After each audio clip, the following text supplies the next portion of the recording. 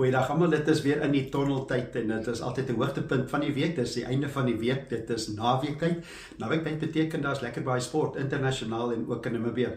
Klomp internasionale sport waarna ons in die program gaan kyk, ook met baie mense met wie ons gaan gesels of spelers, sportmanne en sportvroue. Dit is sokker wêreldbeker wat begin daar in Nieu-Seeland en Australië. Dit het begin.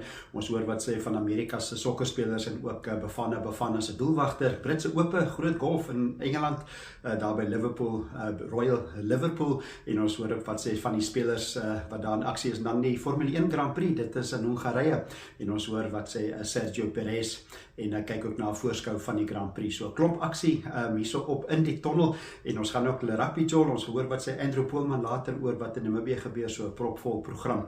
Maar kom ons skop af, letterlik en figuurlik, met daai sokker. Dis een van die grootes, dis die vroue wêreldbeker in gesamentlik aangebied in Nieu-Seeland en in Australië. Eerste wedstryde is agter die rug. Nieu-Seeland het vir Noorwe geklop. Dit was 'n bietjie van 'n verrassing 1-0, en Australië ook te goed gewees vir die Republiek van Ierland, ook 'n goeie wen vir hulle in die begin.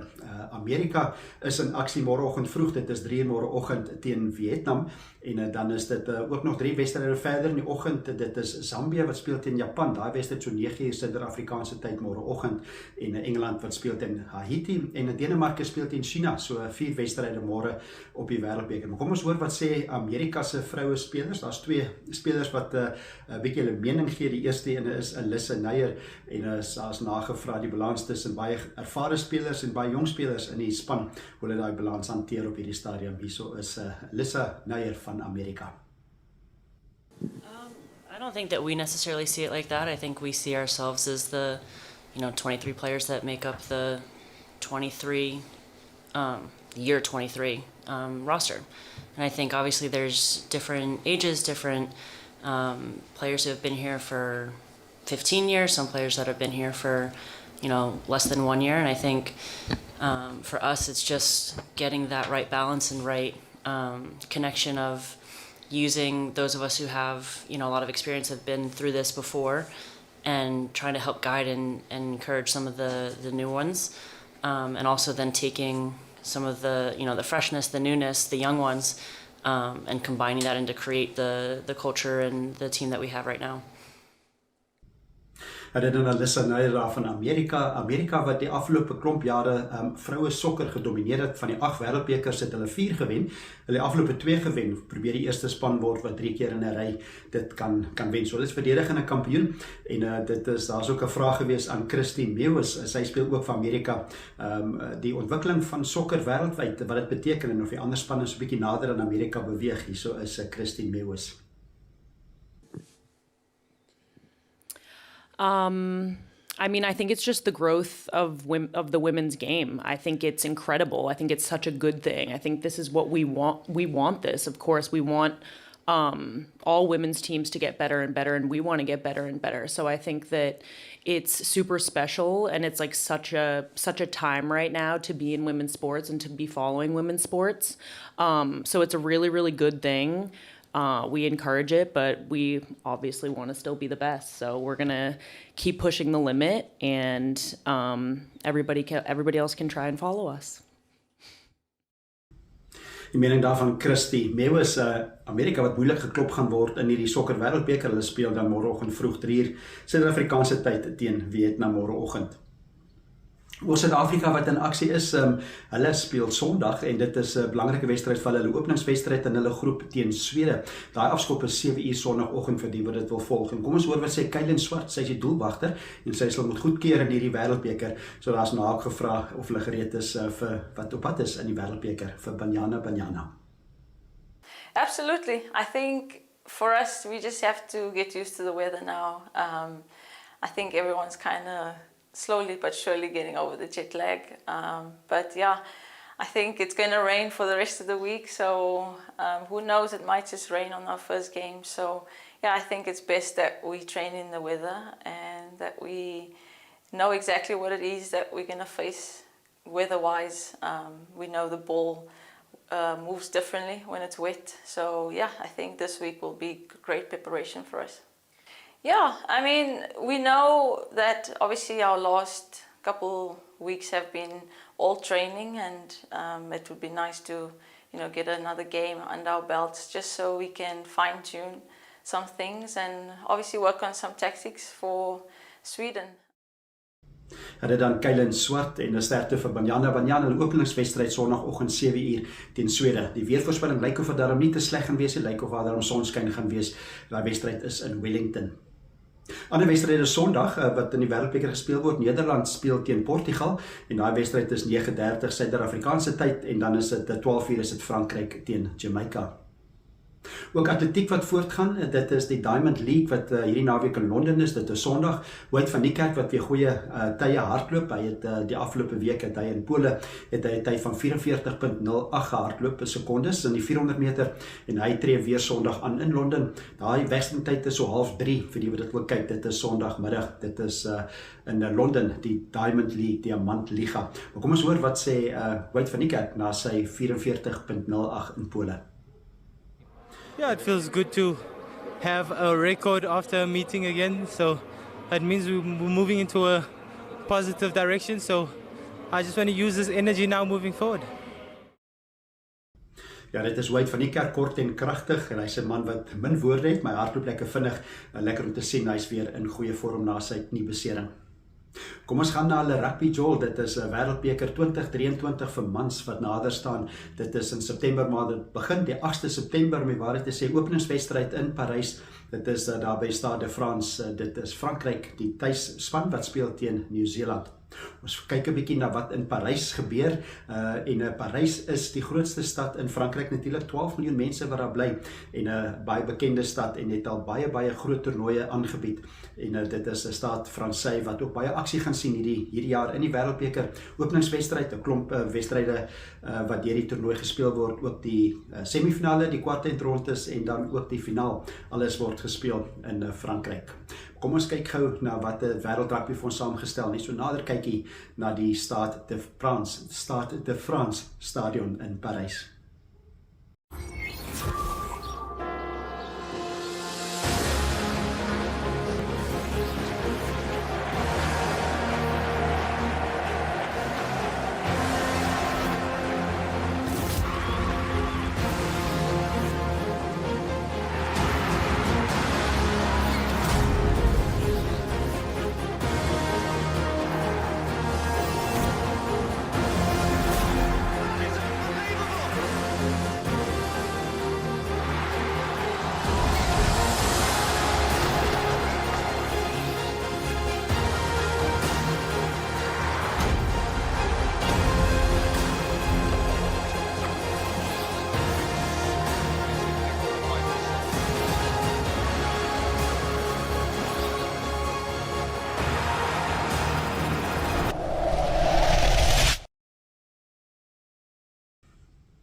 Dit dan so nader kyk na die Stade de France, 'n groot stadion daar in die hartjie van Frankryk en dit is 81.000 mense om presies te wees, 81.338 kapasiteit vir daai stadion.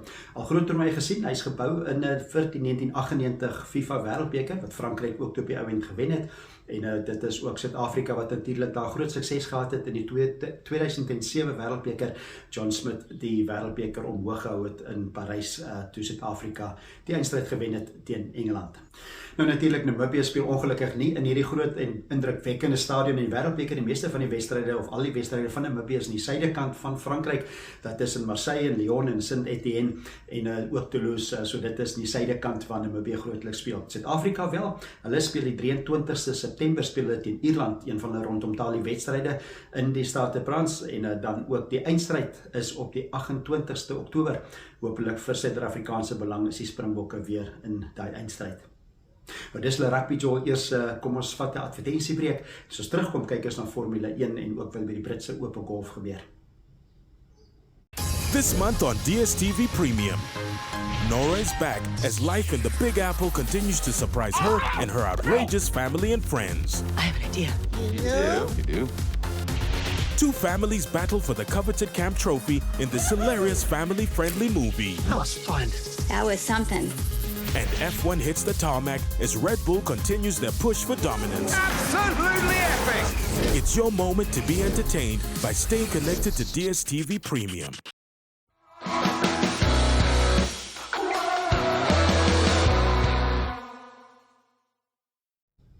Welkom terug by In die Tonnel en 'n lekker sportnaweek wat voor ons lê. Weer Formule 1 wat voortgaan. Dit is Hongarije en dit is nog steeds Red Bull Honda wat natuurlik die gunstelinge is. Hulle loop gemaklik voor in die spankompetisie en dit is die twee spanlede wat saam se punte opgetel word. Red Bull 411 gesamentlike punte.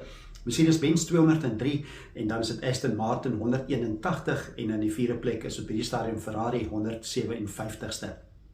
Maar kom ons kyk wat gebeur by Hongarije en is by die beginning van Petronas, dit is die Mercedes-Benz span, die twee manne van Mercedes-Benz, dit is George Russell en ook Lewis Hamilton wat vir ons verduidelik wat te wagte kan wees by die Hongaarse Grand Prix Sondag. Round 12, the Hungaroring, Hungary. Tight, twisty. 14 corners, 4.381 kilometers. 70 laps. One of the hottest race weekends of the year. Track temperatures averaging at 43 degrees. A high downforce track with one of the lowest top speeds of the season, 308 kilometers an hour. High ambient temperatures, Hard to overtake. high levels of braking, Low average speed limits airflow. making cooling the brakes difficult. Cars are only going straight for around 10 seconds per lap. The rest of the lap is spent in the corners, Traction is important out of many slow speed corners, putting the rear tires under a lot of stress. Will you manage the tires? or go on a charge. The Hungarian Grand Prix. Mission active.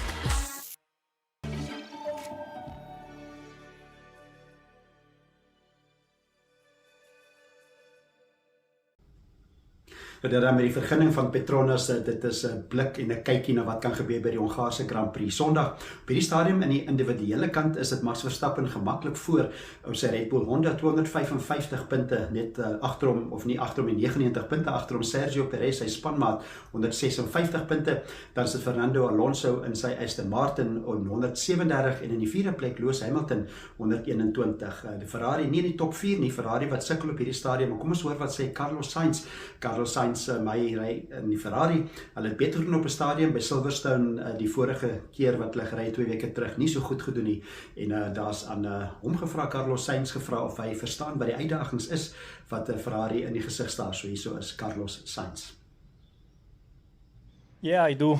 And I actually, if you remember, before Silverstone, I was the first one to say, wait for Silverstone, no? Because I had the feeling that going back to a proper high-speed track, windy track, I felt like we had done some good steps forward, but there's still, especially in this tight battle for second behind Red Bull and Max, the teams are very, very tight. And it's very close between Mercedes, Aston Martin, now McLaren, see if Alpine joins or not. But it's really, really tight. So it's going to be one weekend you're going to be a 10th in front, another weekend you're going to be a 10th behind. And it's a swing of 2 tenths that it could change just the outcome of the whole weekend, and you could look like, oh, now we're back in P2, P3, P4, and then the next weekend you're P7 and P8, and the result change is massive, but the relative performance that you've gained or lost is actually not that much. It's just that the track suits you better, or McLaren better, or Aston better, or Mercedes better, no? So I think it's important not to overreact and just know that so far there's going to be good weekends and not so good weekends. And the Hungaroring? Hopefully a bit better. I think we are all a bit hopeful that Hungaroring should suit us a bit more. But again, it will depend, unfortunately, with our car, it depends a lot on the track temperature, it depends a lot on the wind situation. We know we have certain weaknesses that make us vulnerable and make us sensitive to these kind of things, no? But if conditions are good for our car, I think we should be relatively strong around here. Ja, dit dan Carlos Sainz, interessant om te hoor van die temperatuur van die baan en ook die effek van die wind op hierdie voertuie, hierdie baie fyn ingestelde renmotors. Dit is die Hongaarse Grand Prix dan Sondag. Kom ons gaan na die golfbaan, een van die grootes, 4 grootes op die manskalender, dis die Britse Ope vir mans. Dit is die naweek wat dit klaarmaak, Saterdag en Sondag natuurlik ronde nommer 3 en 4. Baie goeie nuus vir Suid-Afrika was met die eerste ronde was dit Christo Lambrecht, hy is baie onbekend, hy's 'n amateur, hy het die Britse amateur gewen 'n paar weke terug en so gekwalifiseer, maar hy was sommer die voorloper na die eerste ronde, briljante prestasie, Christo Lambrecht, nog 'n amateur, 500 baansyfer 66 gespeel in sy eerste ronde. Van die ander gunstelinge natuurlik is Tommy Fleetwood. Hy kom daar net van om die draai van Royal Liverpool waar die toernooi gespeel word en daar's aan Tommy Fleetwood gevra of die ondersteuning daar vir hom baie beteken. Hierso is Tommy Fleetwood. You know, I am one of the guys that's out there. You know, I'm a fan of the game. I'm from this area, and yeah, to feel at home and to feel that support, it means a lot. And of course, you know, throughout the day, you can easily put too much pressure on yourself. You can easily try too hard, but just having that support and people egging you on, whether you've hit a good shot or bad shot, good hole, bad hole. Yeah, it just pushes you on, and very, very lucky, said at the start of the week, to be able to play an Open so close to home, and we get to do it 2, 3, 4 times, you know. So it's an amazing opportunity and an amazing thing to have the chance to do. And yeah, they've been great, and absolutely, like, the Northwest is where I'm from, and I'll always be a Northwest boy, and to have so many people out there from the area supporting is really, really great. En dan Tommy Fleetwood, hy is verseker een van die gunstelinge om Sondag op hy voorloperslys te wees. Hy het 500 baansyfer ook gespeel in sy eerste ronde. Scottie Scheffler, hy is die wêreldse nommer 1 en hy speel ook goeie golf op hierdie stadium, konstant in die groot toernooie, in die majors, soos hulle sê, het hy baie goed gedoen deur die jaar. En daar's aan hom gevra die sandkuile, wat hy daarvan dink by Royal Liverpool se baan. Hierso is Scottie Scheffler. I mean, the one thing I've noticed about this golf course is anytime I'm hitting it, anytime my ball is going towards the bunker, I'm very nervous. I'm just going to try and avoid the bunkers at all costs. I feel like at St. George's, a lot of the bunkers at least had a tiny bit of an upslope before you got to the wall face. And here, it seems like the faces of every bunker, it's almost a downslope going towards it. I don't think that's something that I particularly like in a golf course. I think it doesn't reward the good shots as much. If you're closer to the green, you end up closer to the lip, and if you hit a worse shot and barely get into the bunker, you actually have a play. So I'd prefer if there was a little bit of slope there, but that's what's so special about the majors. Every golf course is different, and it's a challenge, and I'm just going to do my best to stay out of them this week. En dan Scottie Scheffler, ja, en hy is 100 baansyfer na die eerste ronde, die wêrelds nommer 1 van Amerika, stem saam met hom beter om uit die sandkuile uit te bly daar in die Britse Ope. Die finale ronde dan is Sondag Britse Ope by Royal Liverpool. Kom ons gaan na die fietsry toe, dit is die Tour de France wat klaarmaak die naweek, een van die prestige fietsry byeenkomste in die wêreld, en dit is nog steeds Jonas Vingegaard wat voorloop, en daar's 2 skofte oor die naweek, Saterdag en Sondag, Saterdag 133 km en Sondag 115 km wat hulle klaarmaak in Parys. Jonas Vingegaard meer as 7 minute voor Tadej Pogačar, en waarskynlik as hy uit die moeilikheid het bly, nie val en beseer is nie, sal hy waarskynlik Sondag dan die wenner wees. Hy verdedig sy titel. Ook vinnig, dit is die reeks om die asse, die cricket wat voortgaan, Engeland wat bietjie die oorhand het oor Australië in die 4de asse toets. Australië loop 2-1 voor in die reeks, en dit is dag 4 Saterdag, dag 5 Sondag. Kom ons wat 'n advertentiebreek, as ons terugkom en kyk wat in Namibië gebeur.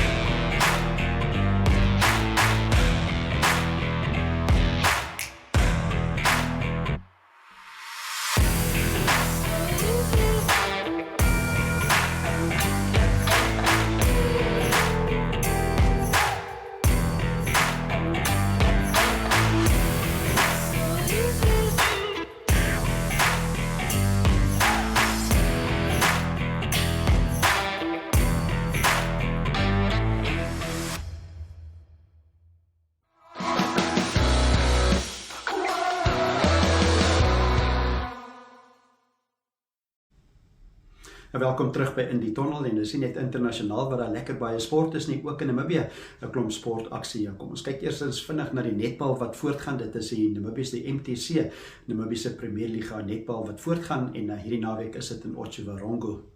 Maar kom ons hoor by Andrew Poelman, hy weet die beste wat gebeur in Namibië altyd, daar's lekker rugby, skoolrugby en klubrugby, daar's ook 'n vuisbal aksie en ook fietsry. Maar kom ons hoor by Andrew Poelman wat alles gebeur in Namibië.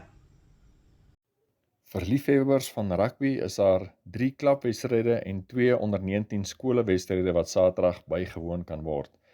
In die Namibiese sekondêre skole rugbyvereniging se onder 19 Superliga geborg deur Standard Bank is beide Saterdag se wedstryde se afskoptyd om 12:00. PSG Walvis Bay Privaat Skool se eerste span speel op hulle tuisveld teen Samsung Windhoek Hoërskool. Beide hierdie skole het vanjaar 'n klompie spelers in die Namibiese span vir die onder 18 akademieweek gehad en koester hoë verwagtinge om minstens tot die halfeindronde deur te dring. Dit behoort gewis 'n wedstryd met goeie mededinging te wees. Op Uchu is dit die OK Foods Bere van Moria Privaat Skool wat die besoek van PSG Prouet van Swakopmund inwag.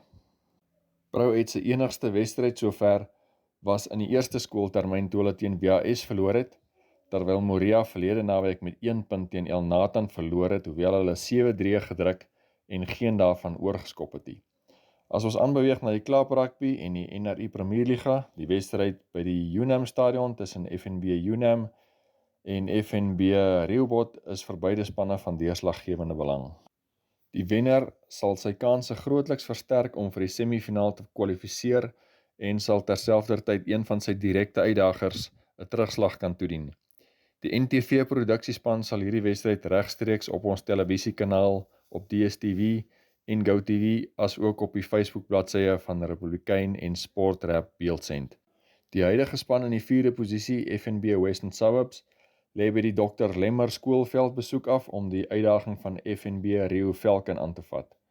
Die Kommasdallers beskik oor genoeg skietgoed, hoewel die jong Rio Falcon span hom in verskeie wedstryde van jaar reeds behoorlik teëgesit het.